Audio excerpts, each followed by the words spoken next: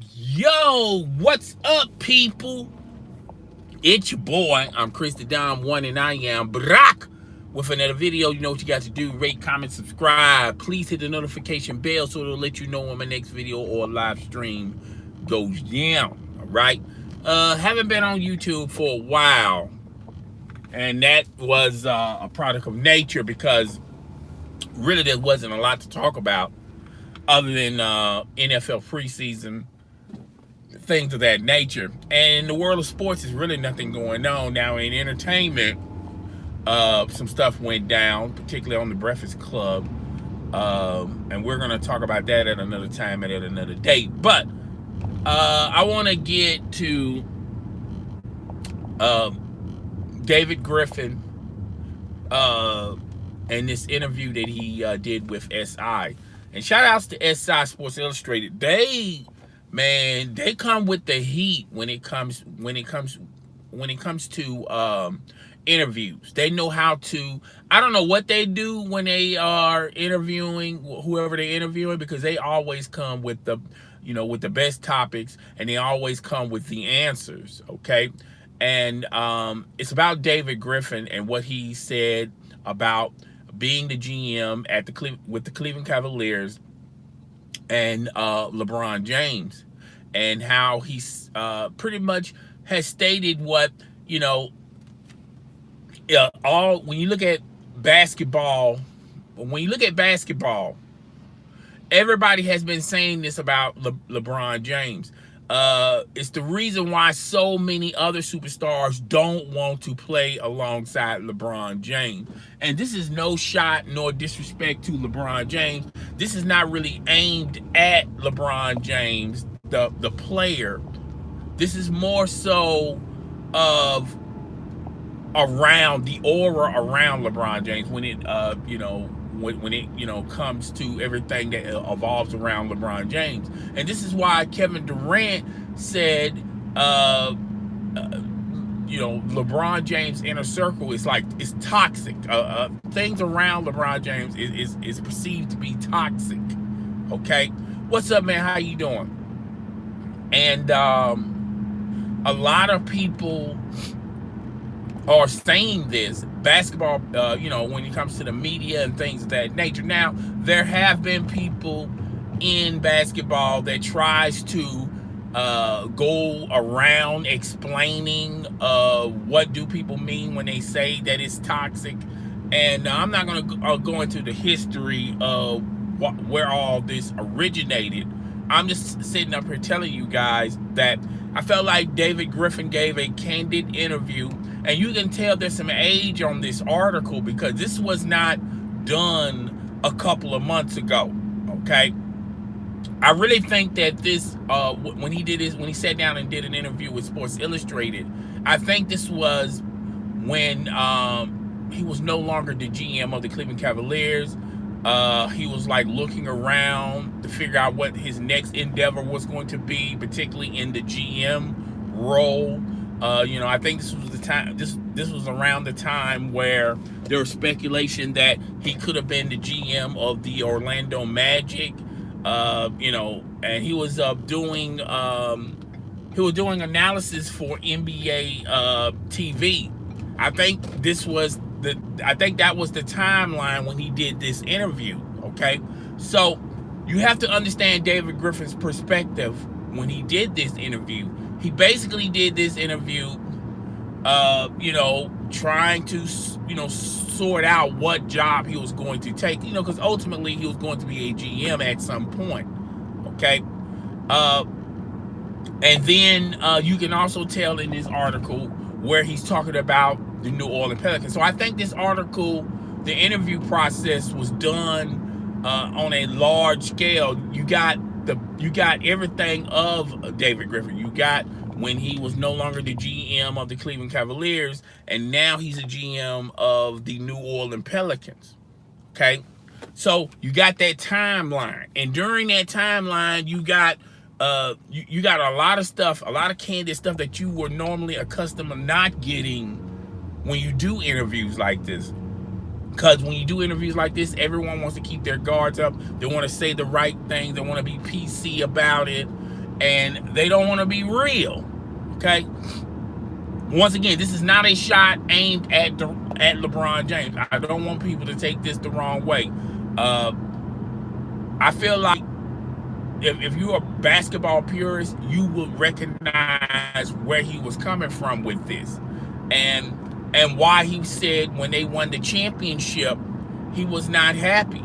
Okay, and the reason why he was not happy because of everything that evolves around LeBron James, particularly in the media. There are a few media personalities, I'm not going to mention their names, that LeBron James could not do no wrong. Okay, and like I said, basketball is really a team sport. When you win, everybody gets the credit from from ownership, GM, coach, player. And when you lose, the same thing happens. Now, the bigger pieces get the bulk of the blame, but ultimately everybody deserves the blame as well. Okay, so when he was talking about it was he felt he was miserable being the GM, he was talking about the things around LeBron James to keep LeBron. You had to, it was twofold. You had to keep LeBron James happy, and you had to keep the Cleveland Cavaliers ownership. We talk about Cleveland Cavaliers as a team happy as well. And when you're trying to keep everybody happy, you're not going to be happy yourself. You're going to be miserable because you're not doing what you want to do. Okay, first thing was J.R. Smith. I don't know if people can remember this. Christian Thompson and J.R. Smith, they were becoming free agents. And I told y'all this many times on live streams and everything, how when you look at the Cleveland Cavaliers organization, they were not willing to sign J.R. Smith to a max contract because they knew they was going to be stuck with that contract, and nobody was going to trade them out of that contract. When I read your comment later, dude, I'm driving right now. I apologize for that.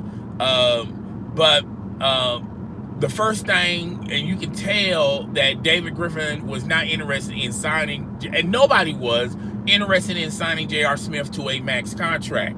And ultimately, they had to buy him out because there were no takers. Even LeBron James to L.A. did not want J.R. Smith, okay?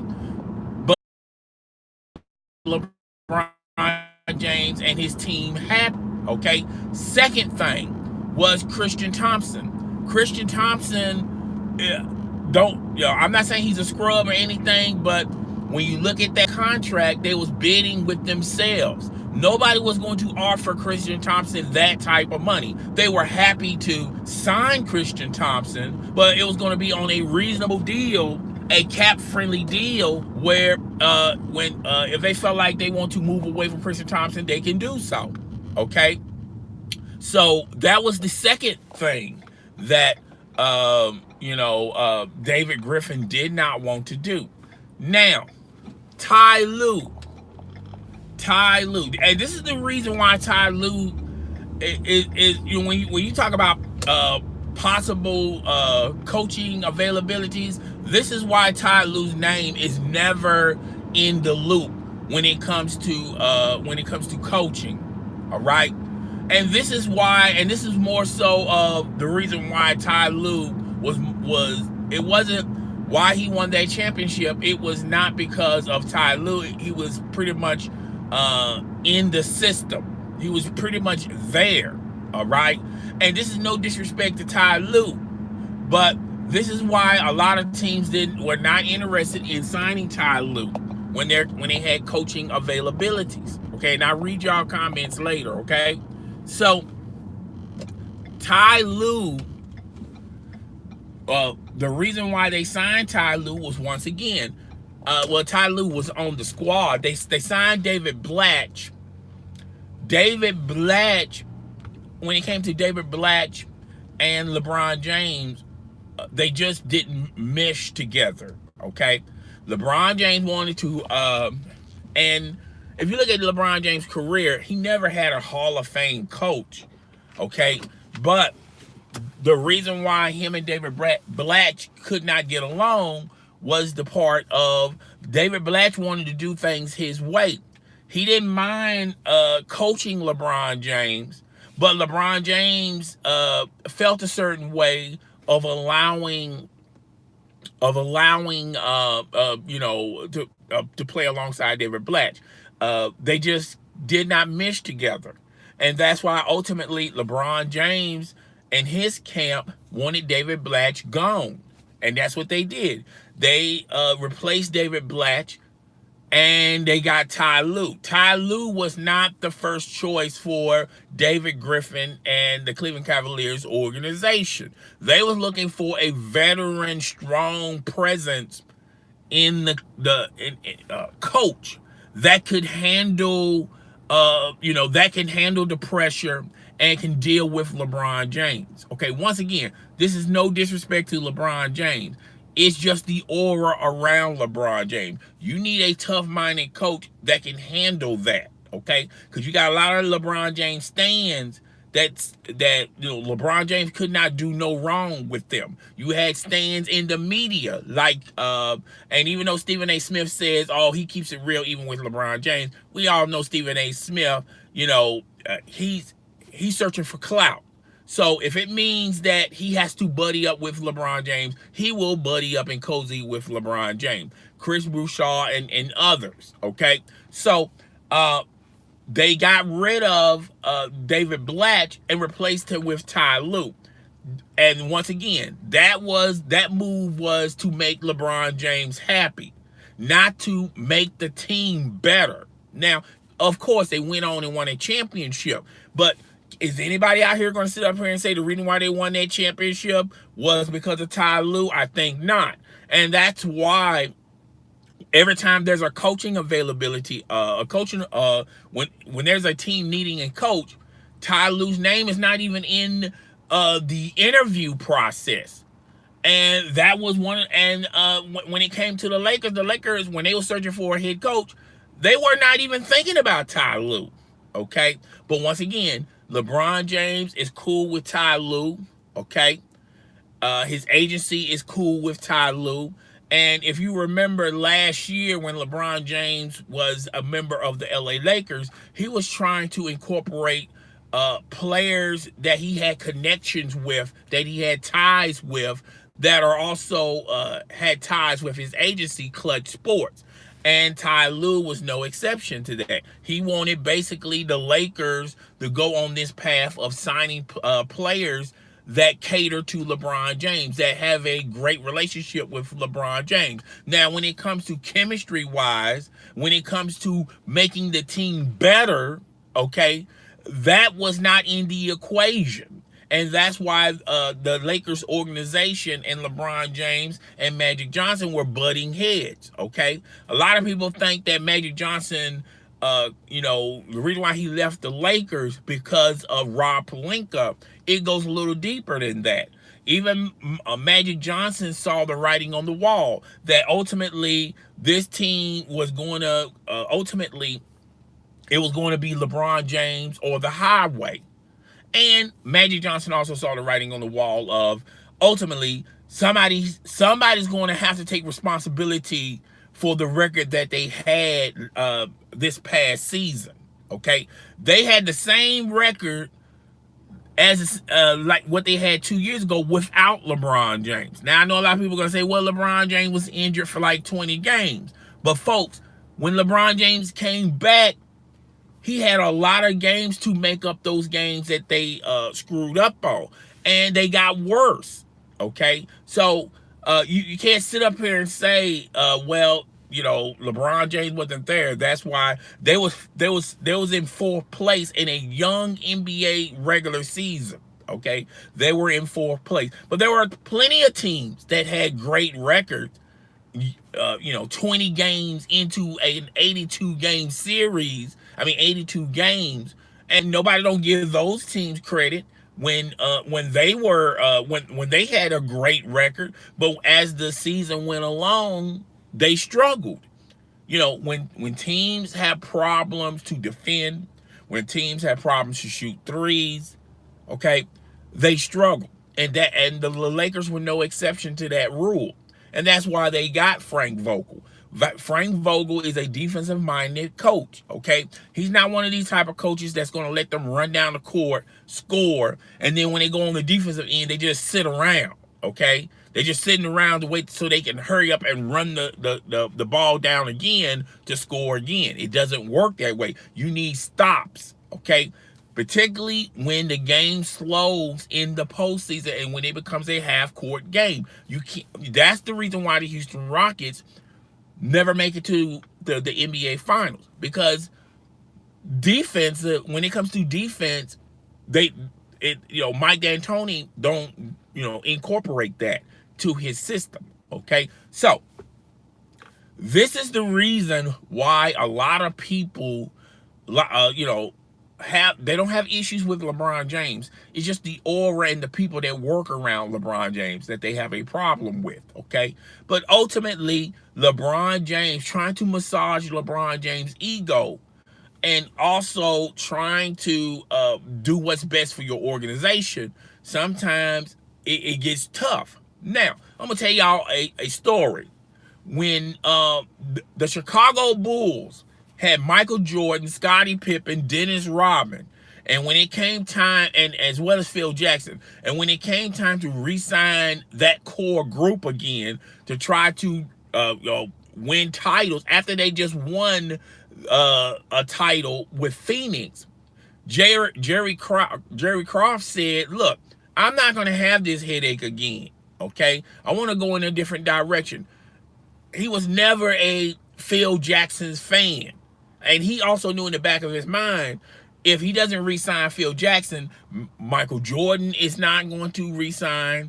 He can easily trade Scottie Pippen, okay?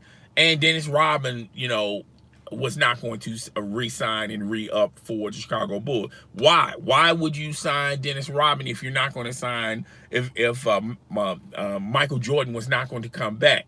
And Jerry Croft had the same, he was thinking the same way like David Griffin. Even though we're winning, I'm miserable with it. I'm not doing what I want to do, okay? So when he let that core group go, that cleared a path for him to do what he wanted to do. He drafted the players he wanted to draft. And ultimately, the Chicago Bulls, still to this day, 2019, they're struggling, okay? Their glory days were with Michael Jordan and them, but they didn't want that, okay? Because they didn't want the headaches. They didn't want, they didn't want to try to make Michael happy as well as do what's best for the organization, because it's two folds, okay? Same thing with LeBron James, okay? LeBron James is no different than any other NBA superstar, past, present, okay, and also into the future. When you look at Zion Williams, and that, when these young cats, when they start getting clout and when they start getting control and making decision moves, okay, that organization, the New Orleans Pelicans, guess what, David Griffin?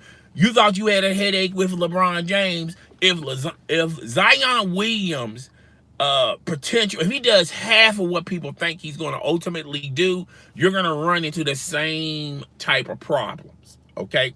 So that's what David Griffin was talking about. He wasn't talking about he didn't like working alongside LeBron James. He just didn't like trying to please LeBron James and also make the organization happy, because they were twofold. They were like night and day, okay? Clearly, the Cleveland Cavaliers wanted to go younger, okay? When they drafted Kyrie Irving, they wanted to go younger. That's why they signed David Blatch, okay? Originally, they was going to go young and see what they do. First they was going to see if they can get a winning season, and after they get a winning season, maybe go into the postseason, then go to the postseason, maybe go to the Eastern Conference Finals, and then possibly go into the NBA Finals, okay? That's what ultimately David Blatch had envisioned. When they found out that they could get, When they find out that they can get LeBron James back, the "I'm coming home" speech, okay, they had a different mindset. Everything started shifting and changing, okay? And then once you get LeBron James and his camp into the organization, now you got to please LeBron James and also do right with the organization. And that's the headache David Griffin was talking about. Now, since then, David Griffin has backtracked what he said because he doesn't want to lose the relationship that he has with LeBron James, okay? And LeBron James, he was the one that was speaking up for David Griffin, saying that, hey, this man deserves a contract. This man deserves some clout in the things that he did for the Cleveland Cavaliers organization. But Dan Gilbert and them, they wanted to go to a completely different. Dan Gilbert was never going to sign David Blatt. He throws away GMs like they're nothing, like they're a dime a dozen. Okay, that's his track record. That's always been his track record. Okay, so when David Blatt was unemployed, he started, looking around to see where he wants to GM next. He was doing NBA TV as an analysis, and I think that's where the origin of the SI, interview started. It started from that time period till when he got the job for New Orleans, and they got the first pick in the draft, Zion Williams. That's the two time period, the two time lapses where this SI article came from. Okay, and since this SI article came out, LeBron James is not too happy, not too pleased, because basically people interpreted as, he was miserable with LeBron James. He didn't like working alongside LeBron James. If you read the article in full detail, he was clearly talking about trying to appease him as well as the organization. And that's pretty much it. So I'm gonna start looking at some of these. Man, I don't know why I can't pull my messages up. This dude sent me a message, and I want to read the motherfucker. Oops, I want to read. I don't understand why it won't let me. Okay, dude, if you still in the building, can you type that message again, man? Because I don't know what happened. Okay, so that's basically what's going on with this SI article. And David Griffin has backtracked. Now he's moonwalking like the late great Michael Jackson, saying, well, I didn't really mean it that way. I really meant it this way. When clearly you were speaking from your heart. You thought a lot of stuff that the reporter was going. You thought a lot of stuff you said to the reporter was not going to ultimately make it to the magazine. It was going to be on the chopping floor. Okay, so you felt comfortable around him, and clearly you always thought this way. And that's the reason why Kevin Durant felt like why he didn't want to play with LeBron James. He felt like playing with LeBron James, it was like a toxic environment, okay? And then later he had to backtrack, okay? And that's why they couldn't get Paul George. When the Lakers had an opportunity to get Paul George, he knew damn well that they was also going to get LeBron James, and that's why he did not want to be traded to Cleveland when LeBron James was in Cleveland, and that's why he did not want to be traded to the Lakers, because he knew, okay, here we go. It was a candid, but Griff worked in the media. He should have known better. Griff stated that he's not the same animal about winning. It was out of pocket. Okay. You're going to get mad at me. All right? You're going to get mad at me. All right? But I'm just telling it like it is. All right? I don't have alliances with all these people. All right? But that was kind of out of pocket when he said he wasn't the same animal when they won the first chip in Cleveland. I would have changed it up a little bit. I would have said, okay, when he got that championship, all right, it just seems like he had his mind set on other things. Y'all have to remember something. LeBron James wanted to chase Michael Jeffrey Jordan. He wanted, back when he formed the Big Three in Miami, that was his whole mindset. He wanted to win multiple championships, okay, so he can surpass Michael Jordan. Everybody thinks that they want to surpass Michael Jordan. Let's just go and keep it a straight buck, okay? When he found out that it's not as easy as what he thought it was going to be, he changed his priorities from, you know what, instead of trying to win all these championships, win all these final MVPs, okay, let me achieve something that I can gravitate, which was the stats. Because remember, folks, first, when he went to Miami, his whole mindset, and the reason why he went to Miami was to get championships, okay? When he found out that it was going to be difficult to do, and particularly in this NBA environment in the 2000s, he felt like, look, I'm not going to achieve that. So let me achieve something that I know I can achieve, and that's why he went to the personal stats, all the records. He wants to eclipse Michael Jordan that way, okay? And when people were not giving him clout on that endeavor, all right, when people saying, well, you know, you're going to ultimately get these stats anyway, okay? So, you know, we're not going to give you any credit on that either, okay? Then he changed it up a little bit. Y'all seem to forget that. When he went to, y'all got to realize something. When he was a free agent, if he wanted to win titles, and if he wanted to eclipse all the individual stats, then the best basketball move he could have done, instead of signing with the Lakers, he could have went to Philly. Okay, a lot of y'all seem to forget that. Okay, if he wanted to chase rings, okay, and he's always wanted to play with the best talent, he could have signed. He could have signed with the Golden State Warriors. That was a possibility too. Now, he would not gotten a max contract, okay, and the Golden State Warriors would have to trade away Draymond Green to really make this work. They would have to do some things to fit LeBron James in. But if LeBron James wanted to chase rings, he could have went to the Golden State Warriors, okay? He could have went to Philly, okay?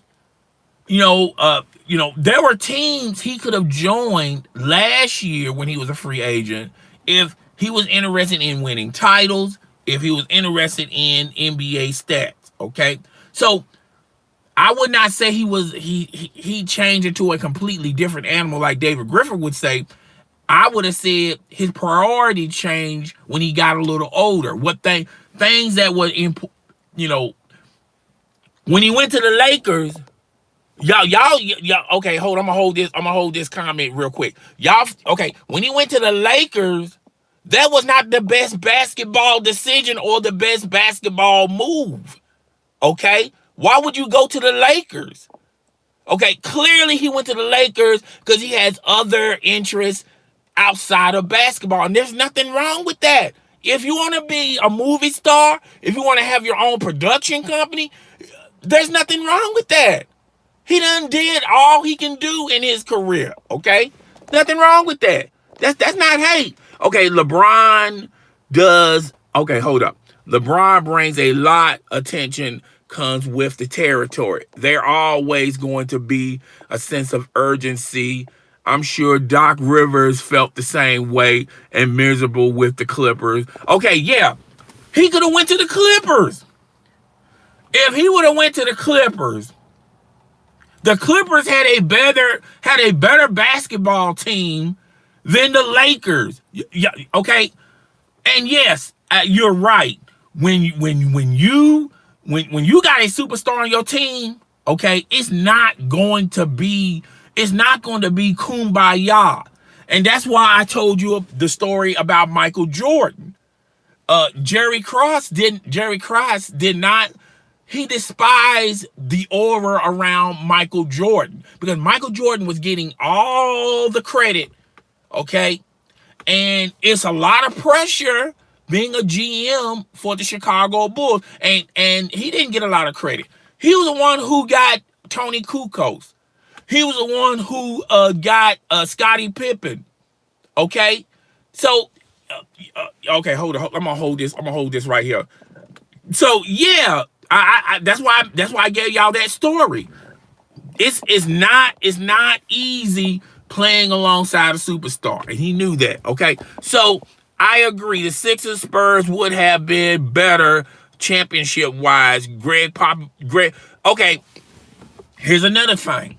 He had multiple in his career. LeBron James. Y'all also seem to forget this.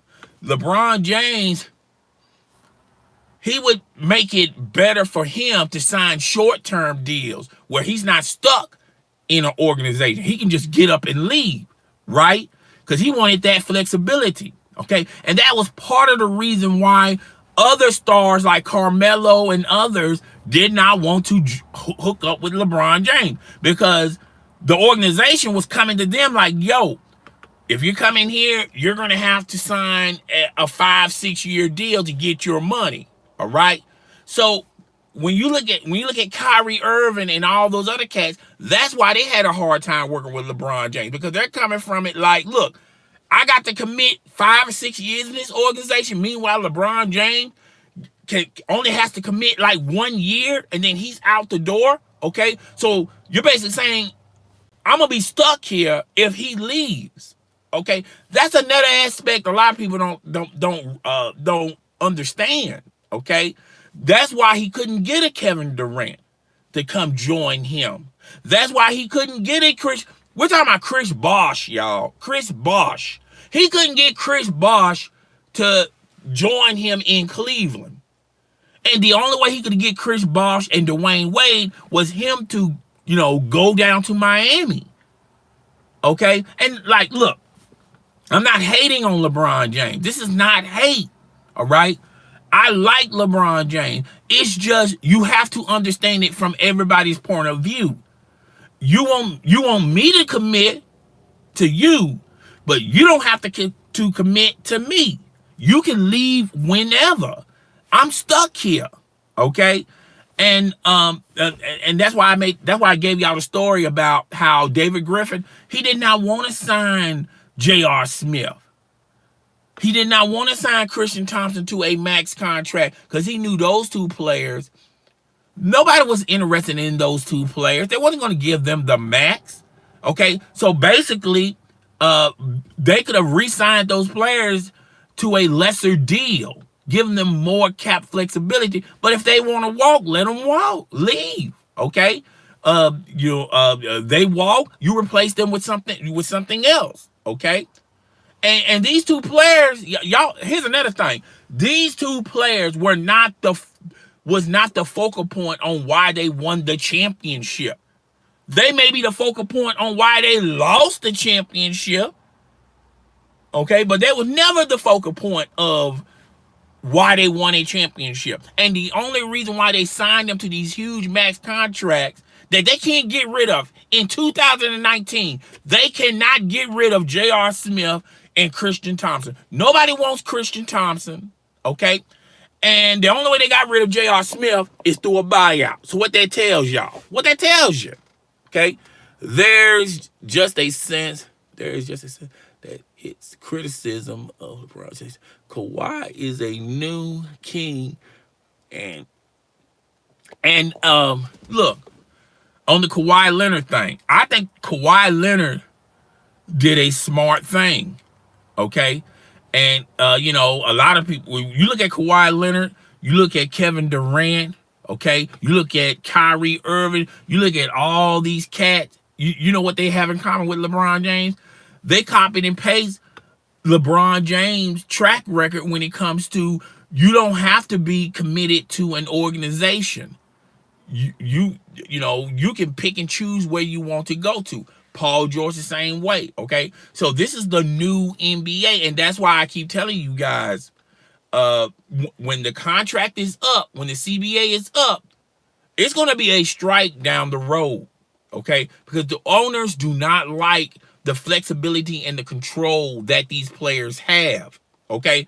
We're not talking about the superstars, because of course the superstars get the very best, okay? But now we're talking about the middle of the mid-range NBA players, and now all players have this power and this control, this flexibility, okay, to pick and choose. I mean, the owners are not going to go. They're not going to do. They're not going to continue to do this much longer. All right. And now the players talking about shortening the NBA season, which is a possibility.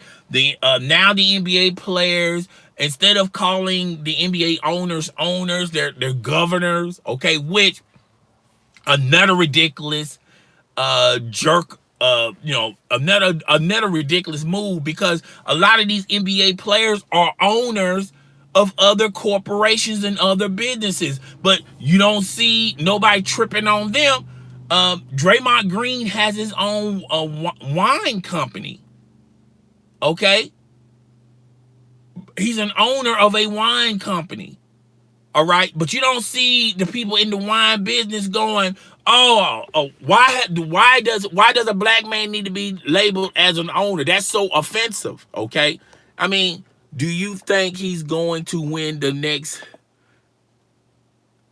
Okay, like I said this earlier a couple of weeks ago.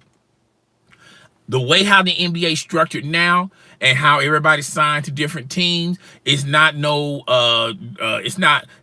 One team does not have all the superstars. It's a duo type thing. I said in the next 5 years, you're going to see possibility of 5 teams. Possibility, I'm just saying, for the next 5 years, you're going to see different champions. You might, the Clippers has an opportunity to win. Okay. The 76ers have an opportunity to win. Boston has an opportunity to win. Even though the Golden State Warriors with no Kevin Durant, they have an opportunity to win also. Okay. So, and then y'all also got to look at these other teams that are on the come up, like the Phoenix Suns. They're on the come up. All right. Like the Sacramento Kings, they're on the come up. When you look at the Miami Heat, they got Jimmy Butler. Okay, clearly they're on the come up. Okay, so you have a lot. The talent is spread out. The small market teams are dying because they can't keep their talent. All right, and that's another reason why I feel like there's going to be a strike down the road, because owners won't. When it comes to striking, and it's against the billionaires versus the millionaires are going to always win. Okay, and now they're going to have rules in place where when players tamper, it can hurt the other organization. So they're going to eliminate the owners are already mad that there's this friendly atmosphere, this kumbaya atmosphere, where players are communicating with one another, talking about pairing up and joining up. Okay, and the owners do not like that. Okay, so a lot of people feel like the competition factor, the competition element is stolen, taken away from us. Okay, but y'all have to understand, this is the era we live in. With social media, everybody can talk to everybody. There's no isolation like back in the 60s, 70s, 80s, and the 90s. Okay, now everybody can communicate with one another, but now I think they're gonna have stricter rules with tampering. They're gonna include players and coaches. Well, they include coaches already, but now they're gonna include players and agencies. Okay, and if and I feel like also they're gonna get they're not, if they're gonna have a shortened NBA season, it's going to hurt the players when it comes to their money. Okay. If we play like a 50-game series, we want to have 50 games in the NBA regular season while we're paying them all this money. Okay, so they're gonna have to compensate by missing a lot of home dates where a lot of those organizations get their money from. They got to generate that money somewhere, particularly if you take 30 games off of a regular season, okay? And there's some franchises in 2019 that need all of those games, okay? So it's I feel like there's going to be a strike down the road. It's going to be ugly, but at the end of the day, it's the billionaires versus the millionaires. Who you think's going to win that? The billionaires got money. Okay, they can afford to miss a year of basketball. How many NBA players you know of that can afford to miss, a season of basketball? Okay, there was an NBA player that's, if you, if you read sports finances, there was an NBA player that's already broke. Okay, he's living paycheck to paycheck, just like the rest of us. Okay, because he made the wrong choices and the wrong move, trying to buy the best house money can buy, trying to buy the best car money can buy, and you got to realize you're not balling like that, sort of say. Okay, so who you think's gonna win? Who you think's gonna win when it's the billionaires versus the millionaires? Okay, so it's, I mean, I went off subject or went off topic, but I just want to let you guys know that that's what's going to go down in the NBA. There's going to be a strike down the road. There are 5 good teams in the East. There are 6 good teams in the West that has an opportunity to win a chip for the next 5 years. I don't think you're going to ever see where a team can three-peat. I think that era is dead. Okay, it's over with. And it's going to bring, and having a different team represent and win an NBA championship, that only makes your league better, okay? Now people can actually, instead of saying, okay, it's Golden State Warriors, they're going to win it anyway, in the summer. We was thinking about and the only reason why the Golden State Warriors did not win this year, because they couldn't get past the health bug. A lot of people were injured on their squad. But even when those people were injured, like Boogie Cousins, they still beat the brakes off of the Houston Rockets with no Boogie Cousins and no Kevin Durant. Okay, they ran up to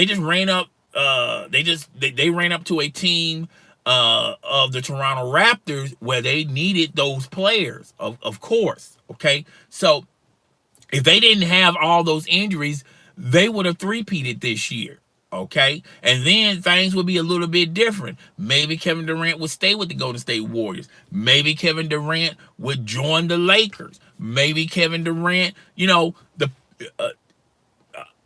opportunities would have been different. That's all I'm going to end it like that. So, that's all I got for today. I really do appreciate everybody coming in the live. A lot of you guys don't catch my videos until after the live, like 80% of my audience. Okay, so I appreciate the 5 people that did come in. Okay, I appreciate the comments, what y'all said, but to make it clear before I end it, this is no disrespect. This is no no disrespect to LeBron James. Okay, but it just needed to be said. And if I felt like David Griffin choice of words what really irritated a lot of people, including LeBron James. And I felt like if he had to do it all over again, he could still feel that way, but the choice of words he used were what was out of pocket. And I can understand why people think that it was disrespectful. Okay, but a lot of GMs have that mindset. A lot of y'all don't realize that a lot of GMs want to do it their way. Okay, and it's hard to please the superstar and then please the organization and their own, and you got to make these two entities happy. But while you're trying to make these two happy, and you're ego massaging both of these two entities, guess what's also going to happen? You're not going to be happy because you might have a totally different mindset of how to make this team successful. But you got to put all your stuff on the back burner just to please this superstar and then to please this organization. And they're on 2 different wavelengths. Okay, so that's what David Griffin was talking about, where he was coming from. But it is what it is. Guys, tell me what you think. Hit the like button. Hit the notification bell, hit the subscription page, and I will see you guys on the next episode. Peace and love out there. I hope everybody has a great morning. Thanks.